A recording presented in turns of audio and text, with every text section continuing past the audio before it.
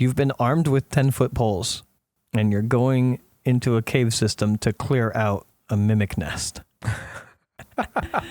Oh, the limb loss. Do you set up an area where like there's an outpost and there's like people are hunting something and you go to the outpost? There's countless people who are missing feet, legs. Yeah. You know, somebody's missing half a face, and you're just letting your players know, and your players just take no heed and just march forward, and they get mad at you. The outpost you were at. Was there anybody who had a full set of limbs? You guys decided to wander into a place called the Woods of Teeth. You met a local, and they told you the name of this creature translate to limb eater, and you just decided to keep going.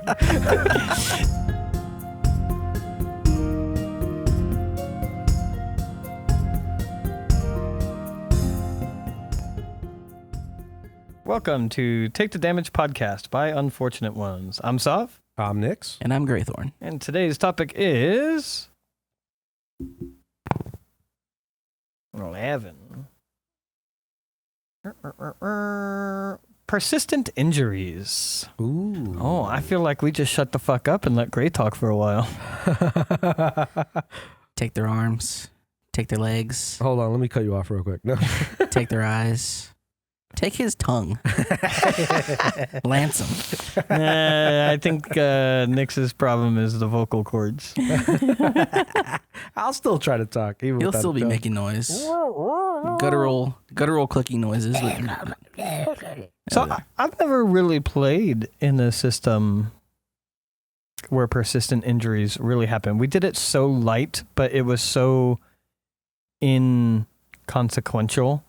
When we tried in the beginning of Realm Watchers, where we're like, you'll have a cool scar, and then it didn't mean anything, so we stopped caring about it. Yeah, we never checked, because we had like damage thresholds that would mean like a certain amount of damage you took meant a certain amount of limb loss or something like that. And I don't think we ever really just were very mindful of that. Yeah. The most that we were mindful of would be like, oh, you did get scars and stuff like that. So nothing crazy ever happened where it's like, oh, this character doesn't have a limb anymore. So like, then it never reinforced itself quickly enough where it like became a thing. But I feel like with all of your crit tables, Gray, I feel like that has to at least have occasionally come up in your games. Well, when I actually find a way to streamline using my crit table, because that is a process in itself where you have to Foundry. Yeah, You play on Foundry anyways. When I actually get to writing the crit table into Foundry, I got to write my own world system into Foundry before I do that. I haven't actually used the crit table to cause permanent injuries, but I have caused permanent injuries before. One of the major ones is, I've probably spoken about it before, is when one of my players' characters had the thing on their arm. Yeah. And they used it to kill stuff, and it got bigger and bigger, and eventually started talking to them. They're like, you know what? I'm in danger. I'm just going to use this thing to kill all these people. And it took their arm. It didn't take his arm. He cut his own arm off to get away from being stuck to it after it was fully grown. Mm-hmm. Yeah. So for the next, I want to say 12 sessions, they just had one arm the entire time. And you also, like, in your world, that creature persisted. It lived on, right? Mm-hmm. And then it became its own monster in that part of the world. Mm-hmm. Yep, it's running around, doing its thing. So when that happened, I'm like, okay, so yeah, you lower your HP by a fifth of what you currently have, and you also have one arm. That's Good luck. hilarious. And so, I think that's the only one that I've actually done, because it had like it was the player's own choice. Yeah, And that's two, different. it was like a narrative consequence. Yeah. While using a crit table to create persistent injuries, like especially a loss of a limb, seems like a bit much. I would do it as soon as I can streamline that process. It's like, hey, you took a critical hit. It hit your hand. Your hand is now permanently damaged. So whenever you use that hand, you're going to feel pain, and it's going to take a while to heal. Or your hand has been cut off, so now you just don't have a hand. Yeah. Figure it out.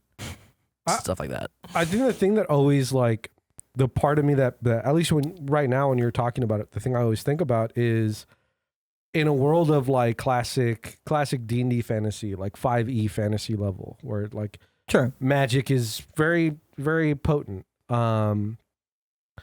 It's hard for me to think of like other than limb loss, because I like the concept of like, oh, like nerve damage or like potential like fracturing of bone or something like that, so that like maybe the character gains some sort of tick or a numbness, or like there's just a persistent lingering pain that the character always thinks about. It's when magic is so prevalent and clerics are so involved in so many different parties, and like usually a lot of cities, they have like, oh, there is a church where there's a ton of clerics. It's like, oh, why would there be sustained nerve damage? Why would there be any form of like, and yeah, if it's not dismemberment, why would, I mean, that's a hard, so like, and generally in my campaigns, even in D&D worlds, I try to make clerics and healing magic just less prevalent. Mm-hmm. It still exists, and like, it's not even like weird that it exists. So like, my player is a cleric, and it's not like everybody's like, whoa, you could do magic. It's like common enough where that happens, but like still a limited resource. So there's a reason why sickness and disease and curses and injury and things like that are still a problem. Sure. You know what I mean? Because yeah, if it's a high fantasy world, why does anybody care about anything? Like I've had players talk about in other games where like they're not even overly concerned with death.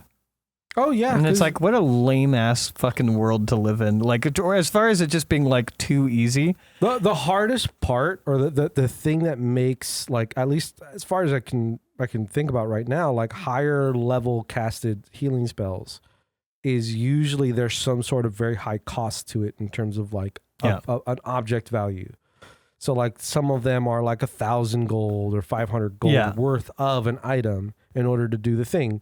So that could be a limiting factor, where if you were to go to a church, and let's say the church does have a high level cleric. Yeah, you have to bring them 1,000 gold worth of whatever. The value, because they're not just going to spunk all that money to make to whatever. But like for the most part, there are decent level healing spells. And also you could probably just like realistically, if you casted Cure Wounds at a higher level, that still doesn't have a component cost, a fucking 8th or 7th level Cure Wounds is going to deal, or it's going to heal this much, whatever. Unless I have to read Cure Wounds, unless there's a limit of like, oh, this doesn't heal bones for some reason. Like I think it does, but those things are often put on. So I feel like if you are introducing, so because like damage is undescribed in 5e.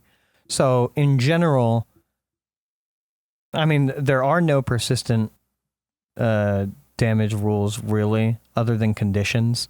I think, but there's no like damage persistence. I don't think there might be something in the DMG. Yeah, in the DMG, I believe there's like a table and there's like stuff about like severed limbs and like stuff like that. Either way, if it was my world and I introduced dismemberment into the world, I would describe it. There's a book series I really love, the Black Ocean book series, and there's magic in there. And one of the mages, one of the wizards in that story, has healing capabilities, but the way her healing magic works is it just expedites the body's ability to heal. Yeah. It doesn't even specifically expedite the ability to heal. It just expedites the body's systems, and that's important. I'll talk about that in a moment because I want to give a spoiler because it's hilarious. But for the most part, yeah. So like if you get your hand cut off or whatever, and she were to heal you, yeah, it would just like close up the wound and stop the bleeding and things like that. It doesn't regrow the hand. It's it's like an expedition of your body's natural ability to heal or whatever. It also exhausts you. And so she used it to get out of a bind where there was someone attacking her. And she was like, oh, I'll just heal the shit out of them so they'll be exhausted and I could get away. And it just, was it metastasized? No, that's the wrong word. But unbeknownst to even the person, they had cancer. Oh. And so it immediately, like within 1 second, just rapidly grew the cancer through the person's whole body and they died because it just sped up the natural process. Yeah. But you Deadpooled her. Deadpooled that person. But that's how I would do it. Is like, okay, you have a cleric, someone got their hand cut off. Yeah, they can stop you. You're no longer, your HP is restored and you're no longer bleeding or anything like that. You are not considered wounded, blah, blah, blah, but you still don't have a hand. Yeah, that's why like limb loss to me, like as far as I've seen, most people's use of like even high fantasy level magic, it's like, yeah, limbs are still gone. Like limbs still, and usually that's where like the artificers would come in or something. If people would have like the Star Wars level of like, or Full Metal Alchemist level of like, here's your replacement for your hand. Well, if your world exists in a reasonable way to have either a magically or mechanically, replaced limb, then you could still have functional limb replacement versus like, they just have some form of a hook, like pirate style or something. Yeah. But like, I've been on Dungeon Soup. Do you know that YouTube channel? They do animations or whatever. One of the most like, it's a pretty fucked up show. And one of the things that happens is there's like a cleric who takes an oath against killing. And then there's a barbarian who's a psychotic barbarian. He's just a monster. Yeah. But he's like a chaotic good character in terms of like, he does very evil, terrible shit to the evil things in the world. Yeah. So the paladin or the cleric or whatever talks, like they meet at a bar and he tells them, oh, this person, he's raiding, but I have, he's an orc that does these bad things, but I have an oath against killing. And he's like, the barbarian is, well, you don't have to kill in order to induce justice. And so I think I've seen that. Yeah. The cleric goes to where the orc is and like cuts off his arm. And the orc is like, oh boy, what are you doing? This is against your oath. And the paladin's like, no, I'm perfectly within my oath. And he like heals his arm. And he's like, I don't get it, boy. It's like, no, like, and whatever, this whole thing where he's like slices off limbs, sets them on fire, but it's like cut away and you just hear like the damage and the screams and then the healing effect. And then it cuts back and you see he's like this like amputated thing. Yeah. Like he's like this whatever suffering thing. And it's like, oh my God, that's like super dark. Yeah, it's super dark, but like, yeah, that is like the extent I've seen of healing magic. Yeah. So you don't grow anything back.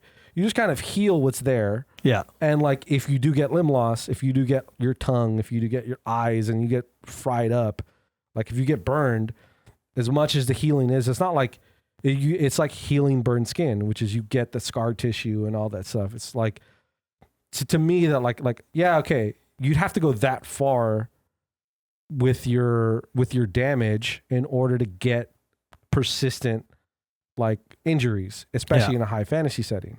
In a lower fantasy setting, it's like, yeah, you all hold, like you just do whatever you want, and like persistent injuries will happen, like nerve damage and all that kind of stuff. Where like, to me, that's like a fun space to play with. I like the idea of like putting my players under the potential threat that if they're too loosey-goosey with combat, they put themselves too far into danger. Well, I think you could have those persistent injuries as well, where like you could just have the explanation that even with things like nerve damage, where like, I know it's not dismemberment, but like nerve, it could be like a level of severity where like healing magic only heals at a surface level. So like, yeah. You get your fucking hand smashed by a hammer or whatever, and like, yeah, we could stop the bleeding, stop the trauma, stop the swelling, all of those things. The bones. Yeah. But like the nerve damage is still there. It still hurts every time you use that hand. It could also be like a way to explain something like that is, although clerics gain their knowledge of healing and get their ability from healing from their gods, there still isn't a full understanding of the anatomy of a person. Yeah. Like if you go to specific healers, maybe they have the ability to heal your nerves completely.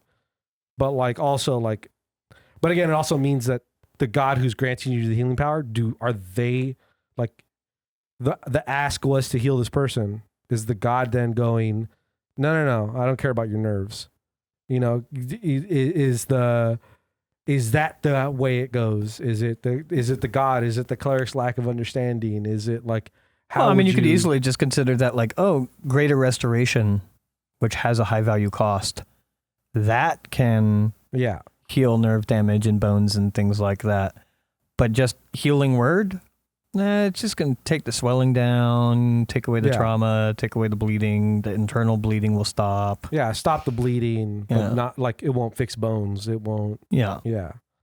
Like immediate healing. Yeah. It does more immediate healing, like interventional healing. It doesn't do like, Yeah, it doesn't recover past a certain point of like tissue damage. Yeah. Yeah, I mean, because I like the idea. I love the concept. Like when we were talking, like when we were building. Oh, I mean, one of my favorite stories that I know you would vibe with is from the Gunslinger when he loses his trigger finger. Oh, yeah. That changes the rest of the story.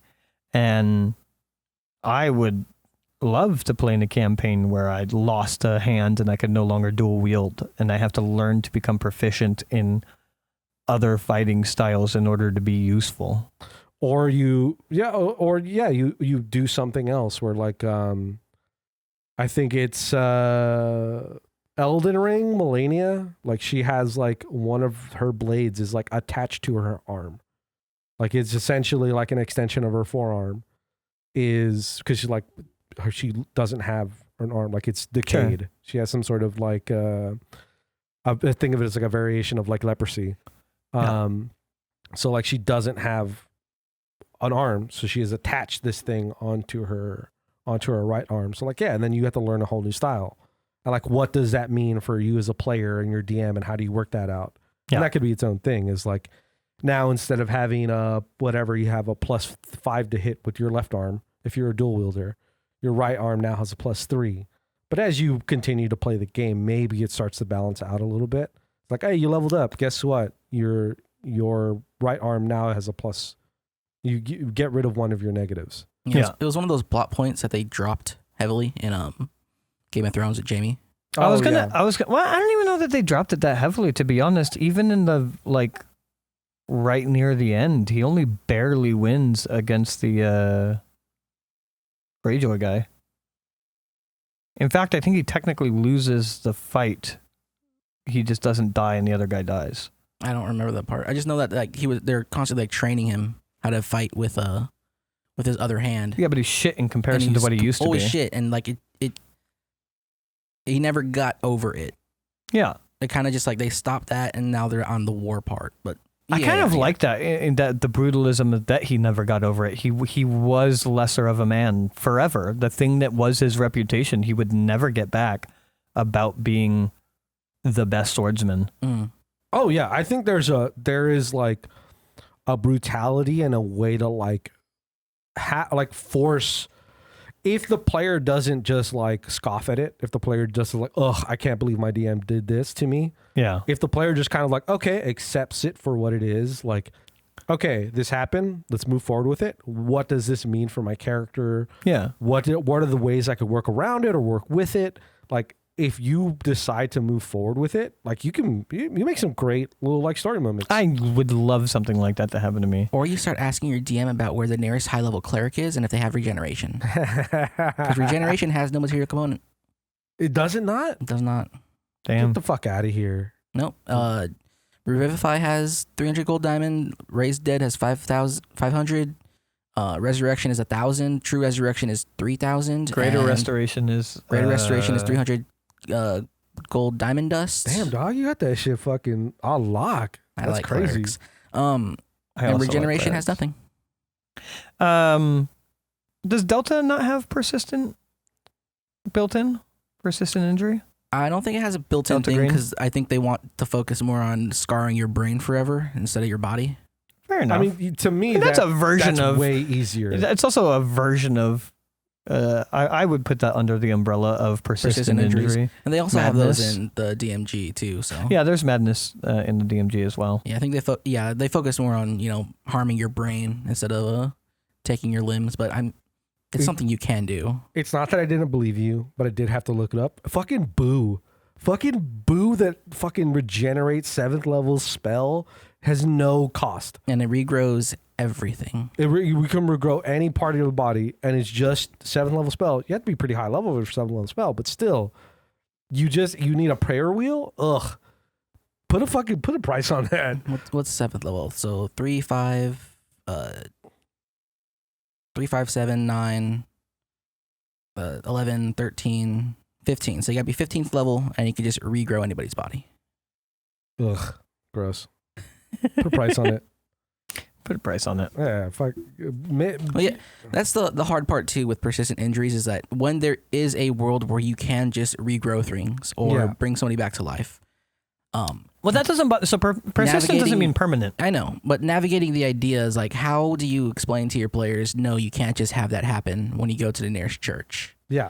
Like even if you've introduced a high level character, like I actually have that happening right now. I've seen DMs do like, oh well, I have this spell in the spell slot, but are you worth it? Yeah. And so it's like you had to have that weird sort of awkward dialogue of telling your player no. Oh well, I just low magic my religious people. Yeah, I mean that I don't low magic my world, but I low magic my clerics, and like even if they run across clerics, they're like level 3 clerics. Yeah, you know what I mean? Easy. And then your world churches could always be the highest level people in the churches are just not because they've never gone on adventures. So even if they have, the survival rate even for somebody is super low. So like you could have like a really high level priest and they're like 8 or 9. Yeah. And then just, if you need the city to be still a threat, you just have high level marshals. Nothing feels uncharacteristic or unrealistic as high level marshals. Yeah, or in that same vein, it's like a level 15 or above cleric is somebody who is employed by the monarchs. Yeah. So like that is like they're like have to navigate they're like that whole the thing. court cleric. Yeah. Then like there is somebody who has that ability for sure, and they work for the king, the president. Yeah, their spells are not for you. Yeah. See, that's what I mean though. Like is like. Have it in your world, that's okay, because persistent doesn't mean permanent, and there can be an arc in order to recover something like that, but it should be an actual arc. So like I had a funny moment where I knew this was going to happen, and we've talked about this before, but they brought the orphan child to the orphanage in hopes to get her better, and these were low-level clerics. But by the time they returned to the orphanage a couple weeks later, the little girl was cured of her curse. So something there can remove the curse. And what it was is there's a little warlock boy that's at the orphanage. They don't know he's a warlock still, though they heavily guess it at this point. But his patron was trying to also make the little girl one of his underlings or whatever. So he's the one that removed the curse. And then recently, one of my player characters is also cursed. And another one was like, hey, I want to help our friend. I'm going to go to the library and fix that.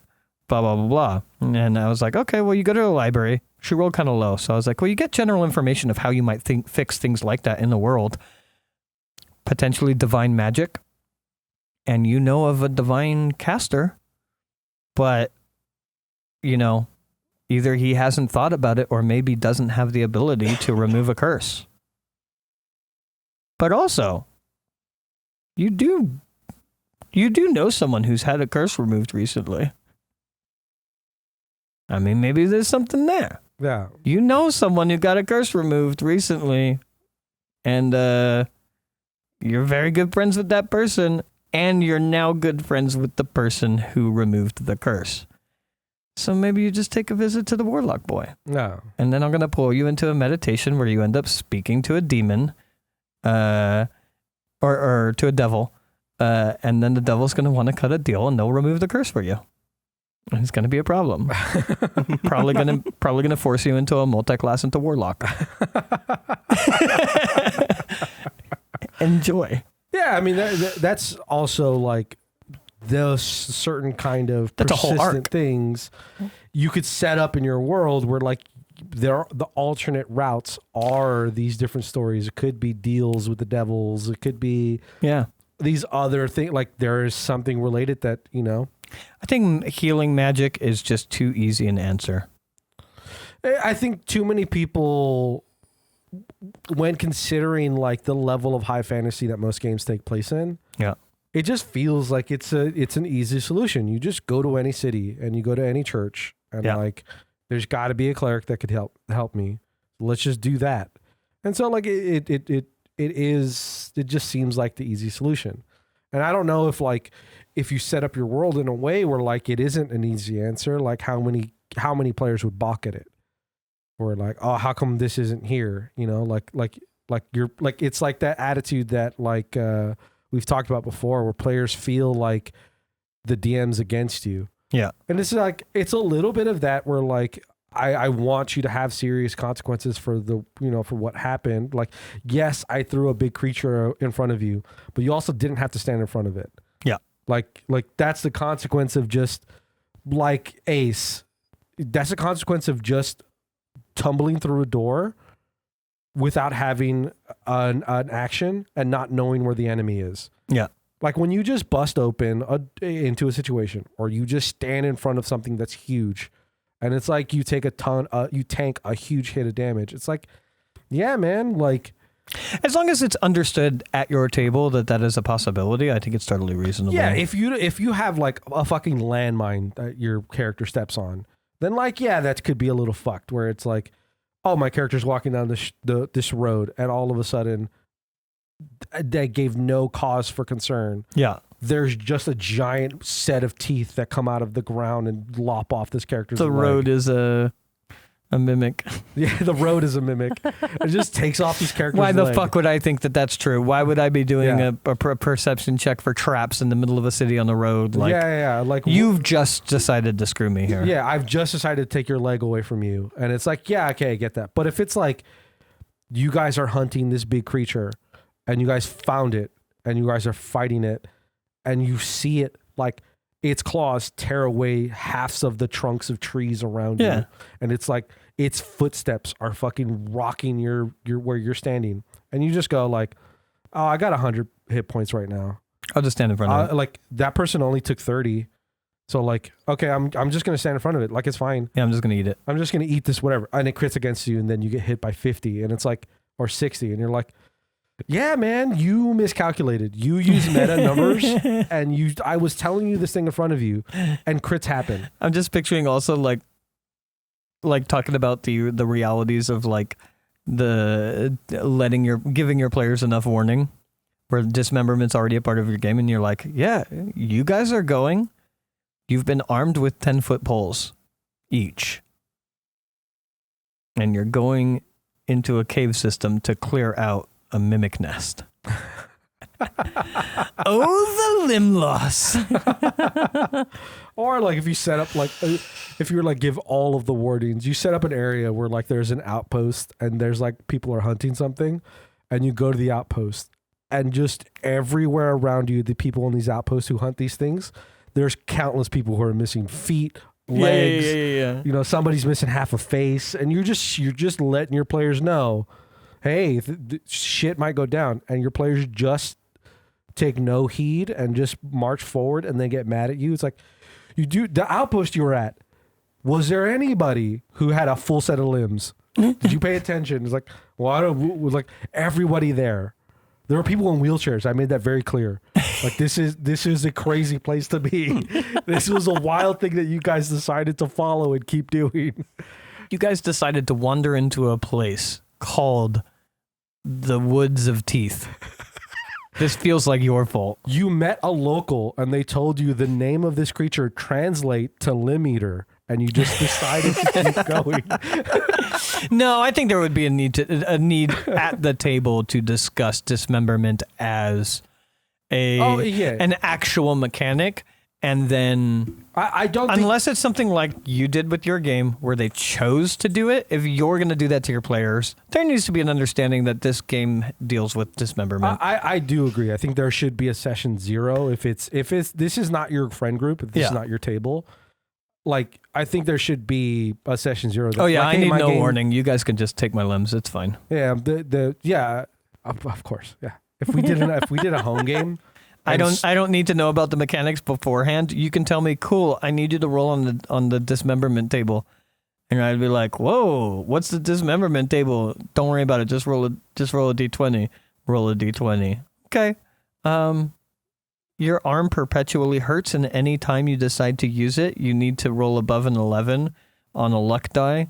Otherwise, you will drop what is ever in that grip hand. Flexes. Like, oh, I guess that's my life now. Just like real life. But yeah, I do think as a DM for people that don't know if this is something that you do as part of your style as a game. Yeah. You should session zero people and like, hey, I have limb loss. Like if you take enough damage, you should be aware that there are, depending on your percentage of HP and how much damage occurs, and then like narratively where you got hit, there's a potential that you could lose either function of part of a limb or the limb entirely. So like, yeah, I think it's something that like the players should know is a possibility. Yeah. Beyond just like you get into a scenario where you make it in game very clear that here we're at that point. Are there any systems that you know about that do dismemberment? Just off the top of your head? I know 2E has the chart in Combat and Tactics, 2E AD&D. I want to say one of the more old wargamey things, I think Zweihander might. I've never even heard of Zweihammer. It's like I don't think it's even like fantasy. I think it's like medieval war type stuff. You know, I think Morkborg, which is the game I wanted to play with you guys, I think that maybe does, but I don't remember. I'd love to just check out those rules. I actually don't know any games that like base set, like off the rip without like me and Gray mentioned. The DMG does have like a table that deals with it. They're optional things usually. Yeah. But like I don't know a game that like inherently has dismemberment as just part of the system. Yeah, I don't think it's a common thing. I would assume Pathfinder also has like an optional table somewhere that deals with that. I think when you get into the more war gamey type stuff. Yeah. It wouldn't surprise me. There's a lot of players, I think, that enjoy that concept. Like that there is like... Yeah, but there's more players that don't. There are so many. The superhero high fantasy is probably the biggest fan base, unfortunately. I haven't checked out, because you mentioned the other day that... I looked it up, but I didn't look at any rule set, or I didn't see a easy look at like a quick like rule blog for the MCDM, I think. MCDM, like their new game that they put out. Yeah. But like, yeah, you told me like, oh, it seemed like the vibe is even more superhero-y than like 5e. The aspects I was telling you about. I don't know about the whole thing, but yeah, the aspects I was telling you about. I think it's just a lot of people like to play in that. I think a lot of people want to be. But I mean, Daggerheart is going swimmingly, and it's a lot harsher of a system. Yeah.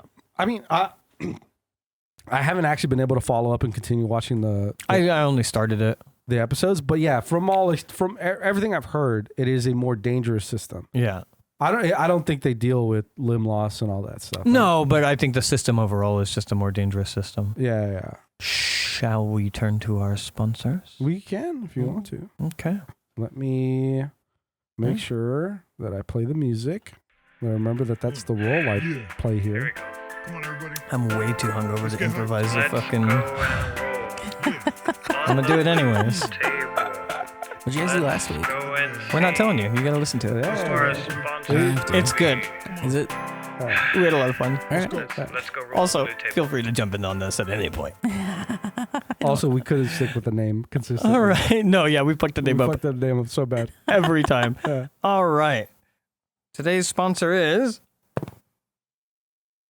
7. That would be Goblin Grooms. You're a ranger. You've been out on adventure for a while. You come back to your humble abode in the woods. Step into your cabin. Take your boots off. As your pet bear follows you into the room, and you see Sniffles tracking in mud. Has this ever happened to you? Well, go on down the street to Goblin Grooms and get that pet bear groomed up nice and clean. Yeah. Tracking mud into your house from your pet bear, a huge problem. Do you have fuck? What's the wonderful creature that you love? Hold on. No. Albert?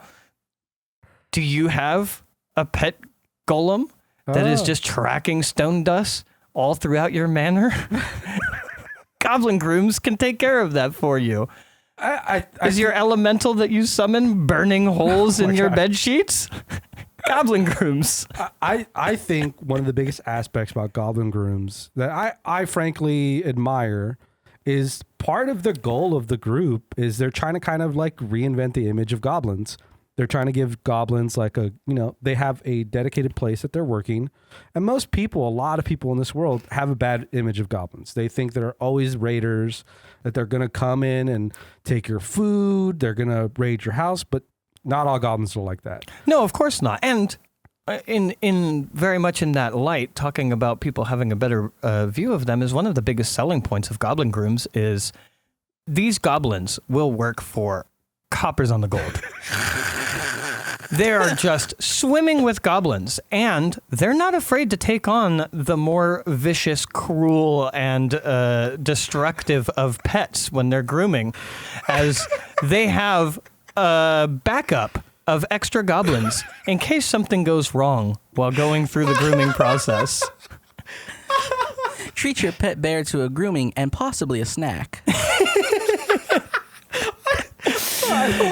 Does your basilisk need a bath? That's fine. There are plenty of goblins, and when one turns to stone, another can step in to take care of that problem for you. I was trying to do this rehabilitated criminal. Well, look what they're willing to go through to the fodder. No. Look what they're willing to go through to turn their public persona. Yes, yeah. They're willing to sacrifice themselves in high numbers. A lot of themselves. A lot of themselves. It's the fact that they're open to cleaning, quote unquote, your elementals. Yeah. There's a lot. Well, I mean, just the other day, I was taking my wormling in because, frankly, I don't mind all of the scorch marks, but just the breath. You know what I mean? Yeah. So I wanted a good teeth brushing. Took them in, and, only a couple of goblins turned to a crisp. Yeah. And I didn't have to wait any longer for my wormling to come out with fresh, minty breath because more goblins stepped up to the plate. Yeah, and the good thing too, another good aspect is for your pet, you could just go to the back room for goblin grooms, and you can get a really low cost and affordable pet food. Yeah, it's just made up of the grindings of the leftovers of these goblins. The goblins, that didn't make it through cleaning other people's pets. Yeah, I do recommend going in around morning or midday because if you go at the end of the day, these goblins.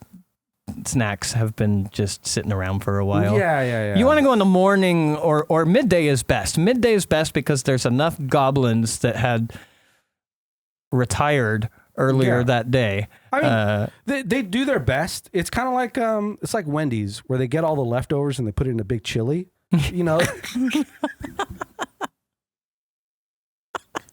Check out Goblin Grooms today. This ad went fucking wild. This was a wild one. I was just too hungover to go more than 2 sentences in, to be honest. As soon as you forgot and then went to your forgot phone, what golems were. I was like, oh, this is off the rails. Oh, this is just immediately off the rails. That was fun. I like that one. I think I'll let you guys do it from now on. Yeah. Great. We will do this when you haven't written anything, which means you don't have to write them. But also, I enjoy it more when you write them. But also, I'm perfectly willing to improvise fake ads. Yeah. We can just have a good time and just let it go. Yeah. It was perfect. I can now quit. Quit on a high note, Yeah. Oh, there was something assigned to me that I could just let everyone else, we could just improvise. Oh, that people will just do on the fly? Okay. All right. Fuck that. I ran out of ideas. So, persistent injuries. I would put under the category of persistent injuries wound systems and like bleeding out conditions, which both of those things Guns and Gangs had. Guns and Gangs had a pretty harsh wound system. Oh, I think as soon as you go outside of like High Fantasy 5e, I think even the lighter stuff, like the wounds, but the ones that was in infections. But the one in G&G, I could easily see being in a high fantasy as well. It would be like,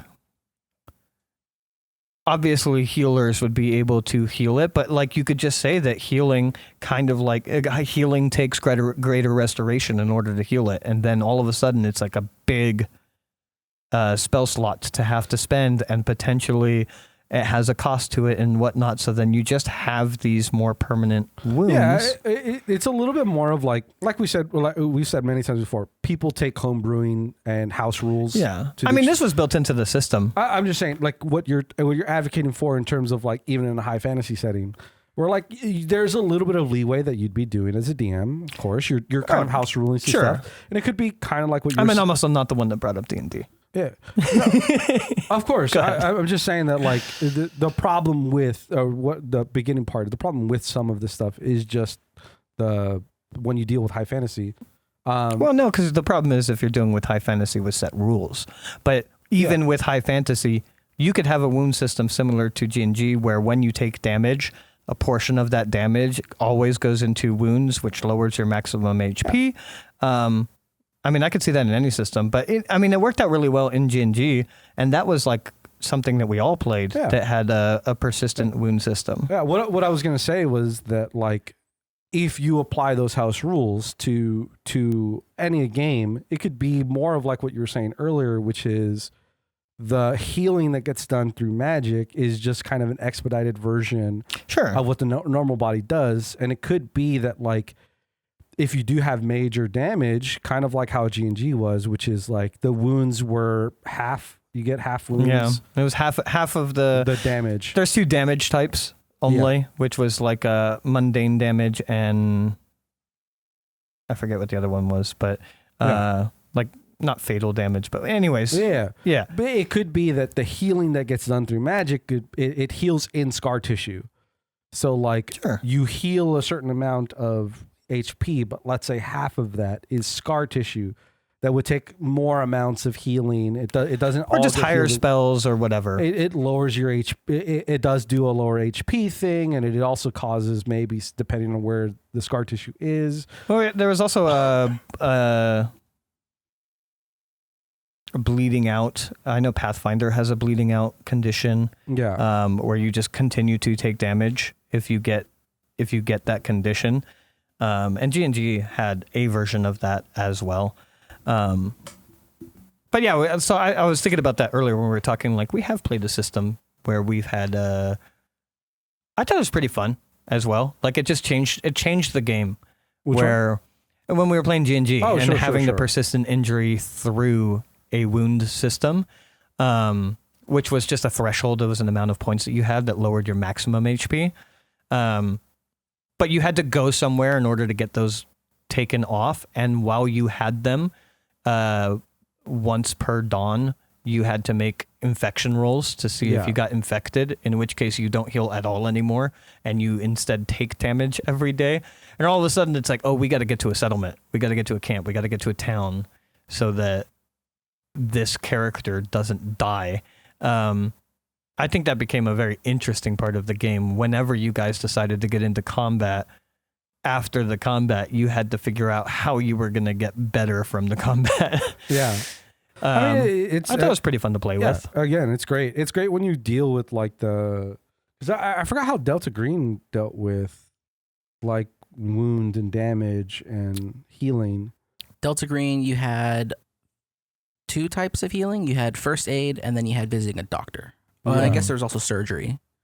So, like, I don't think we really played with that much. You didn't do anything that really needed you to go. We only got hurt at the end of one of our sessions. Yeah, so like first aid is something you could do like immediately after getting hurt, or like immediately after, I think like 10 minutes or an hour. Yeah. And that will heal you like 1d4 -1, and if you mess up, you'll hurt yourself instead. Yeah. Oh, I love that. I love that. And then you can visit Pathfinder a has that. doctor, which I think is medicine skill, and that you do that, either during a mission or during like the in between sessions. And then there's surgery, I think, but that's also like a doctor thing, or like you have to cut something out of a person. Yeah. So.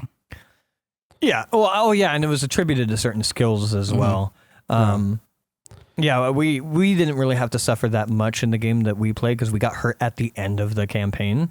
But also, like Delta Green, even in comparison to a game like G&G, Delta Green is much more harsh. And like if you're getting hurt at all, you're probably getting hurt all the way.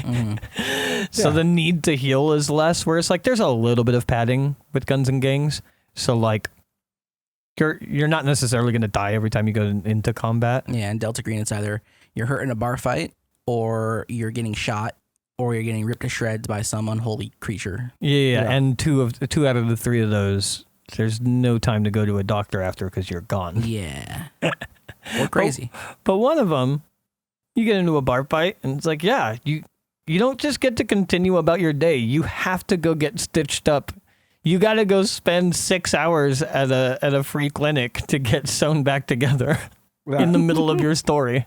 It is one of those aspects of like of the games like that where you have either low magic or no magic, where like, yeah, those kind of things are things you have to really be concerned about. Like, but I mean, you could put those into a high magic system. I'm not talking about homebrew rules. I'm talking if you were to write your own high magic system, you could still put those in the way that we talked about homebrewing. Of course, yeah. I would love to play more. Oh, I've played one. Our friend has a homebrew system, and it's very unique. And healing was like super slow and horrible. And the answer is to go to a cleric, kind of like G&G. The answer is to go to a doctor, or Delta Green, go to a doctor. The answer is go find a cleric. Yeah. Because you're going to heal super slowly. Like there's certain drawbacks with like DCC, which is clerics can heal, but they can only heal either their alignment or adjacent alignments. Yeah, that's crazy. So like if you are somebody who is not aligned or even adjacently aligned to the cleric, they risk losing power, or the spell works like you go up the chart, because every spell is like a table. Yeah. So the spells become less effective the further away you are from their alignment, I believe. And I believe if you heal somebody that is too far outside the alignment, there you could potentially lose some of your alignment, which is like his whole consequence of like. I mean, yeah, kind of like wound systems, a whole version of persistent injury could easily just be the classification of games that have harsh healing rules. Yeah. Like, yeah, there's nothing like, they're not really injuries. You literally just have low HP at the moment. But if getting your HP back is such a fucking mission, then that's essentially persistent injuries. If you have these injuries beyond resting, then that's pretty persistent. It's bleeding into your next day. That's a persistent injury, in my opinion. It's not, again, not permanent, but persistent. My favorite that like is something that like you could easily do in any system, no matter what. It doesn't matter if you're high, low, no magic. If it's you guys are gods, like doesn't matter. Is always psychological injuries. Yeah, I love the persistent psychological damage that you could do to a character. One of my favorite was in our G&G games was right after an incident. Me and Sov, and I believe Gray too, we were just kind of spitballing of like, one of the characters, Ace, had done something fucking brutal. Like he had. Oh, I know what you're talking about. This was in G&G. G&G, which is our cowboy system, by the way, just for any listeners. Yeah, he walked. He was trying to initiate himself into a gang, and the mission the gang had was to kill an innocent woman, just absolutely in a horrifically brutal way. Yeah, while the great setup that Sov did is he had to kill this woman while her baby was in the room. So like he had to go silently creep into this woman's room, kill this woman, and then like he was trying to do it stealthily so the baby didn't wake up. But guess what? All things didn't go to plan. Yeah. Baby wakes up as he's killing this thing's mom. And it's just like this crazy thing. Well, and then I think he thought like, oh, he was going to brush it off. And then, we had a chat, the three of us, of like how to bring insanity out. And without consulting him, I just did things. Some of them with your guys' advice were like, they were in the woods once and he doesn't know about this. If he ever listens to the podcast, this might be where he finds out. But like, he just heard a woman screaming on the road and he went and investigated and there was just no woman. And then he kind of shrugged like, that's weird. I don't know what that was about. And then there was another instance, I think it was the last session we played, where he was like, he went to go smoke a cigarette. And as he was putting the cigarette in his mouth, his hands are covered in blood. Yeah. And he was like, what the fuck? And then I just let it sit at the table for a moment. And I was like, okay, you look at your hands. There's no blood there. Yeah. And it just started clicking with him. Yeah, and then it started clicking. He's like, oh no, am I losing my mind? And it's like, yeah, you were a normal person 6 months ago, and now you have killed in cold blood. Yeah. You're losing your mind a little bit. Yeah. It was because it was one of those things that we talked about when we were spitballing it, is Ace's attitude after it was done, and after, even when he was talking about the plan and leading up to it, he seemed so fucking cavalier about it. He was all like, yeah, this is a game. Like, treat it like we're playing a video game. Would. This is a game. This is the task. Yeah, do the task. And then like, I think when we started like pushing, well, also I think he thought it was going to be like a quick playthrough, and I made it really long and slow and horrible so that he had to play through it. And by the end of it, you could tell he was uncomfortable. You could only do this at a home table. I would never do this with a group of strangers. But like by the end of it, he was like sweating and uncomfortable. And then that was the whole lot. And then they got away. The baby's crying in the background as they run away, and they're ducking in the alleyways and whatnot. And then the gang member that went with him, just basically like they got through the alleyway. It was all intense, super long and uncomfortable, that went into actual intensity. And then they're trying to get away, making checks to get away, blah, blah, blah. They finally get away. There's a moment to breathe in this horrible thing that happened. And then the other gang member turned around and was like, welcome to the gang. Yeah. And it's like, oh, fuck, I don't want to be a part of this gang anymore. It's like, yeah, I needed to really sell how horrible your rivals were and why you all at the table wanted to kill them. Yeah. I mean, because that was the big thing, was like, you established this group as being like the reason why our group separated for as long as they did. And it's because they were horrible, evil, horrible people that were willing to do awful things. And this was the first instance of you guys actually coming across them in the world. Yeah. So it's like, oh, I have to sell it. And Ace was like, oh, they don't know me. I can infiltrate this gang easy. It's like, well, I don't know about easy. Like, here's a task. And he's like, yeah, I could do that easy. He's like, well, you're in this world, Ace. You're like a 19-year-old kid. Yeah. Who like... You were a farmer 6 months ago. You were a farmer, and like, yeah, you have a classic fan or classic TTRPG.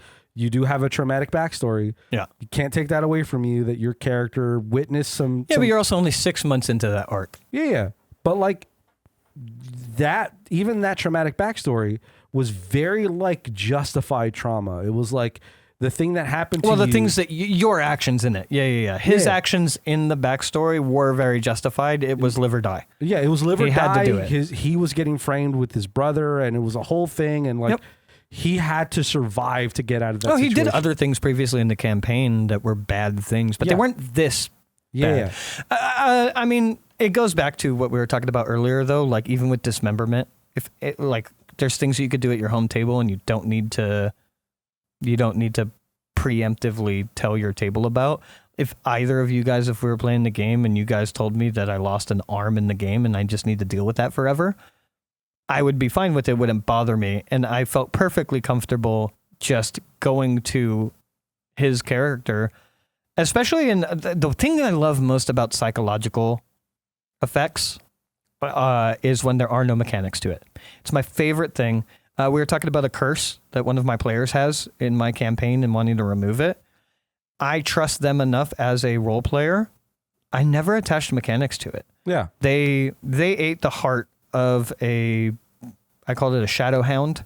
It was a dog-like creature, but it was huge from the Shadowfell.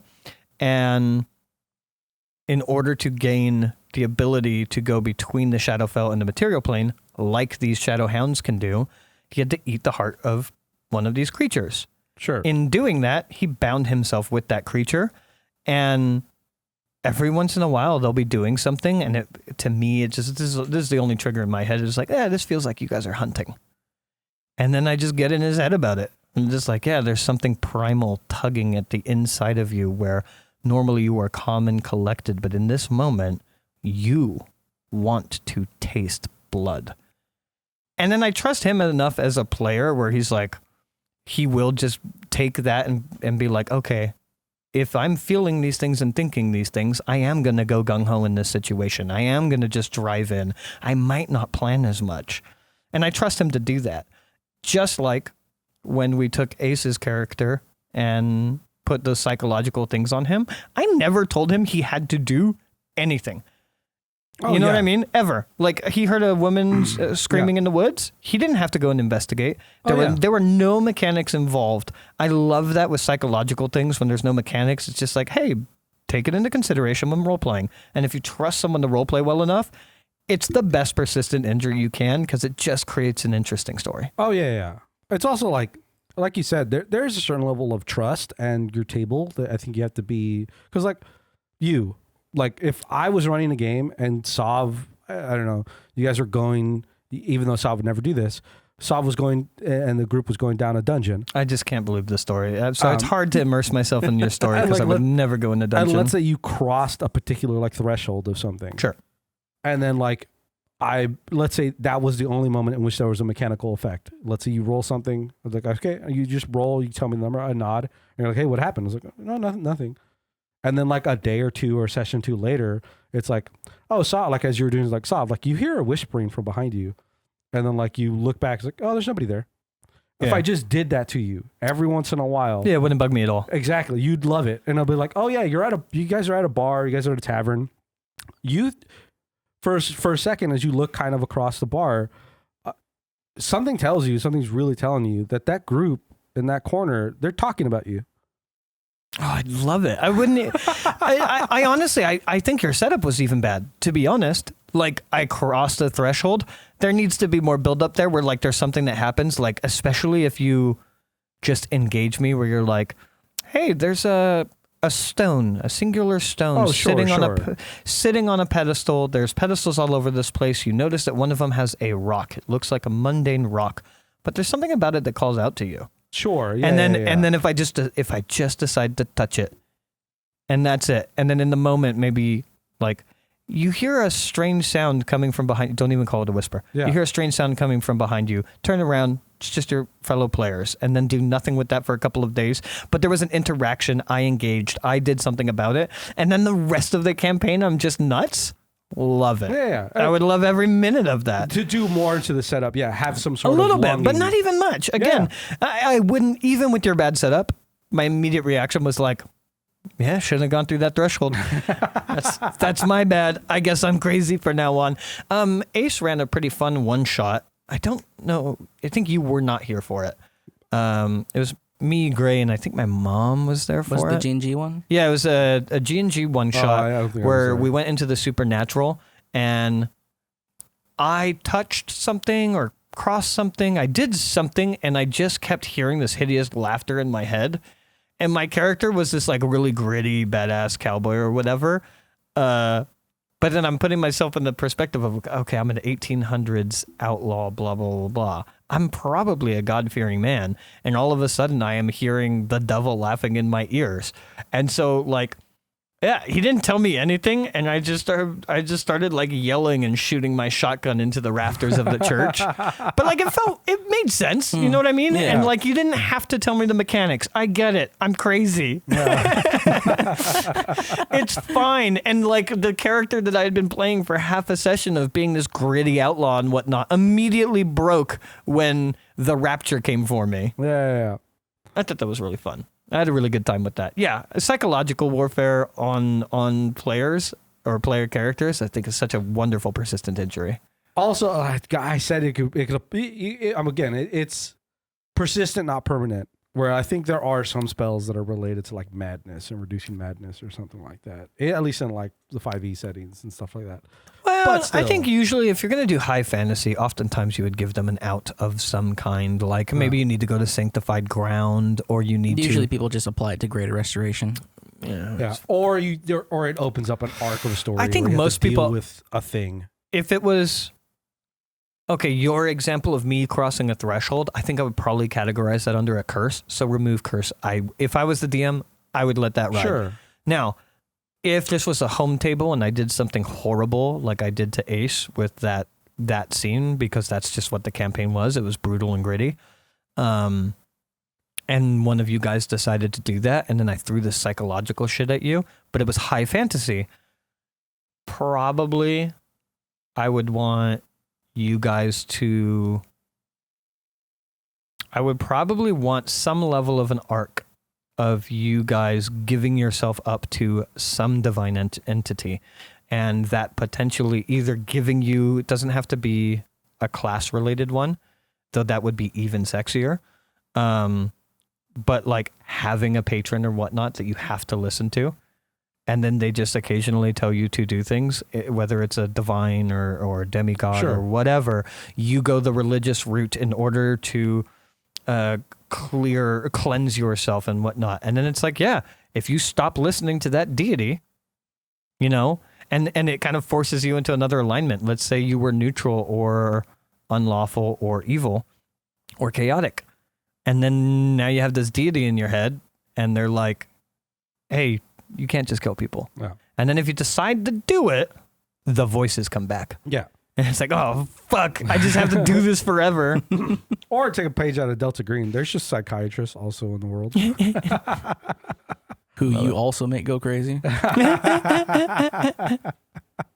I do hear those voices too. Weird.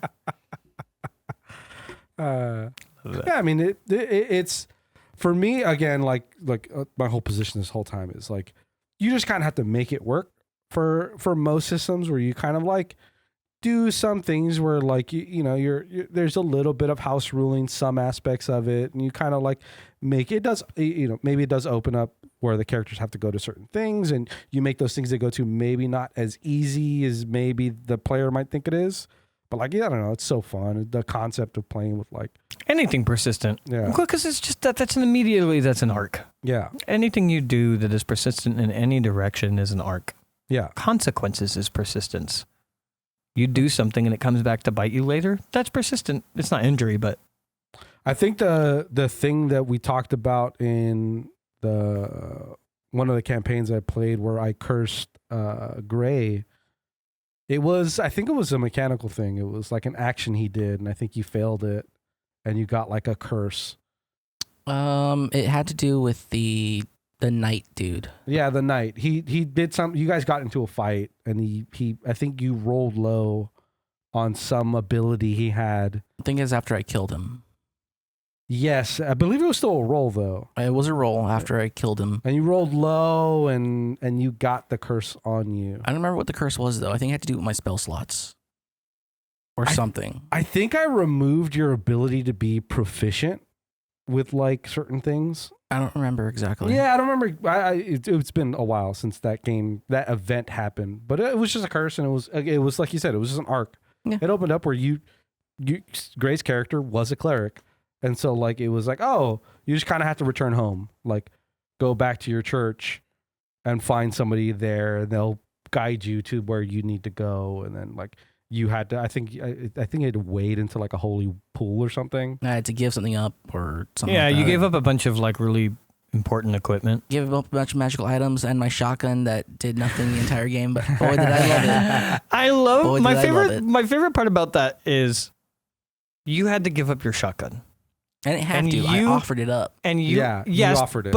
but you offered it up because it genuinely did mean a lot to your character and you as a player. You wanted to keep that shotgun, even though it was the most useless weapon in the entire campaign. But it's so funny to give up something that is horrifically mundane, Yeah. that for no reason means everything sentimentally to the character. Yeah. I got nothing for the shotgun. I had to give away more stuff. Love it. That's going to have to be a thing too. One of my characters, establish in their own lore that their vampiric lord, otherwise their patron, does not allow for love. Mm-hmm. They're literally married now in the campaign. I don't know how my player, or if my player, thought that there's not going to be consequences to that. Yeah. Although there actually might not. I've been mulling that one over in my head. But then also when we started talking about all of this remove curse stuff, that player was like, foreshadowing. Oh, blah, blah, blah. And I was like, are you going to try and not be a Dhampir anymore? Because that, for sure, you're going to get a visit from your vampiric lord. That's going to be a problem. Yeah. And like, I think what I'd do in that situation is have the vampiric lord be like, cool, you need to give something up. I mean, and you've already made the decision to remove the curse. You need to give something up, and then have them make an offering. And if it's not good enough, and even tell them like, hey, if what you give me is not good enough, it's going to be a huge problem. I'm going to take everything from you if what you give from me is not good enough. Yeah. I think one of my favorite arcs from, I think it was like season 2 of Critical Role, was there was a character who was a warlock. Yeah. And kind of a little bit more into like the psychological part, but more of just kind of like the problem that comes with if your pact is with the fiend. Yeah. So his pact is like with the fiendish alignment thing. And the thing wanted him to essentially get the ball rolling on freeing this fiend. This fiend was like captured in some ceremony underneath a mountain or something. And so the character kept getting visions of like the path to get to this mountain and the place that he needed to go to help start freeing his patron. Yeah. And the character didn't want to do that because the character inherently was he played him as a good guy. Yeah. He kind of made this pact as a move of survival, because he was drowning. And there was a whole arc where like, before the arc started becoming even this related, the character by himself was already kind of getting close to another character who was a cleric. Yeah. And as this arc was kind of finalizing and getting to a point where like either the character is going to follow this fiend's request or deny it, the character was starting to get his warlock powers denied. So he no longer had the ability to cast his Eldritch Blast or like use summon his sword. And he got closer to this cleric, and it was a flexion point where, like, at the hearth of this, a blacksmithing hearth of this cleric's, somebody associated with the cleric, he like threw the sword that was given to him by the patron into the burning, furnace or whatever, sacrificed his connection to this fiend. And for like a week or 2 weeks, the character had lost all of his abilities. He was no longer whatever. And then like some resolution happened where he became paladin. Yeah, that's what I was assuming. The levels switched from warlock levels to paladin or something like that. Oh, I love arcs where you respec. I think he still had warlock abilities and warlock spells, but it all got reflavored to look like they were paladins, and then he started taking new levels in paladin. It was like a cool arc of like, there's like a thing in your head, and there's a thing you need to resolve, and there's an adventure that you need to do. So it's a very similar concept of like, something happens to your character. Well, the whole thing we've been talking about, it, like the greatest part of any persistent injury in any system is that it creates arcs. Yeah. Of that scale. Yeah. All right. Anything else anybody wants to talk about persistent injuries? Yeah, I'm good. Well, thank you for listening to Take the Damage podcast by Unfortunate Ones. I'm Sov. I run games over at startplaying.games. You can find me over there, join any of my games, or reach out for a custom request. Links in the description. I'm Nix. I'm a part of this. I'm Greythorn. Links in the description. When I have a campaign to play, I do stream it, and then I upload it to YouTube. So you should check that out. I just finished my mini campaign. That went swell. My players figured out the puzzle, and they casted the right spells the right way to make the last thing easy for them. Nice. Good for them. It's always nice when players do things the right way. Yeah. Nice.